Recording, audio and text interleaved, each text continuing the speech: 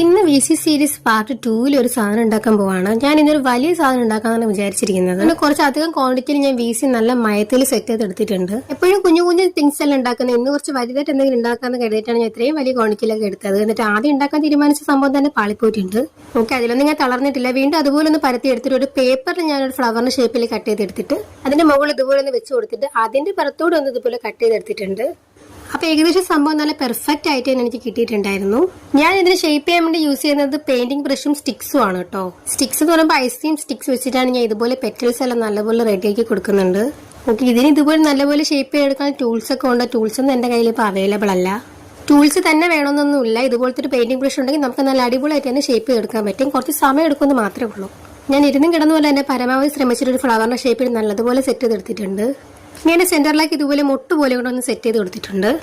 ഇനി ഇതിന്റെ പെറ്റൽസിലെല്ലാം ഞാൻ ഓരോ ഹോൾ ഇട്ട് കൊടുത്തിട്ടുണ്ട്. ഈ സാധനം എന്താ ഞാൻ ഉണ്ടാക്കിയെന്നുള്ളത് നിങ്ങൾക്ക് മനസ്സിലാവുകയാണെങ്കിൽ എന്തായാലും ഒന്ന് കമന്റ് ചെയ്യാം. ഈ ചുറ്റും ഹോൾസ് ഇട്ട് കൊടുത്തപ്പോൾ തന്നെ ഏകദേശം എല്ലാവർക്കും മനസ്സിലായിട്ടുണ്ടായിരിക്കും ഞാൻ എന്താ സാധനം ഉണ്ടാക്കിയെന്നുള്ളത്. എന്താ സാധനം ഉണ്ടാക്കിയെന്നുള്ളത് മനസ്സിലാകാത്തവരുണ്ടെങ്കിൽ ഈ ചാനൽ ഇപ്പൊ തന്നെ സബ്സ്ക്രൈബ് ചെയ്ത് വെക്കുക. ഞാൻ എന്തായാലും പാർട്ട് 2 ആയിട്ട് ഇതിന്റെ പെയിന്റിങ്ങും ഈ സാധനം എന്താന്നുള്ളത് ഇതിന്റെ യൂസ് ഞാൻ ഇടുന്നതായിരിക്കും. എന്തായാലും ഒരു യൂസ്ഫുൾ ഉള്ള സാധനം തന്നെയാണ്. ഇഷ്ടപ്പെട്ട ലൈക്ക് ചെയ്യാനും സബ്സ്ക്രൈബ് ചെയ്യാനും മറക്കരുത്. ബൈ.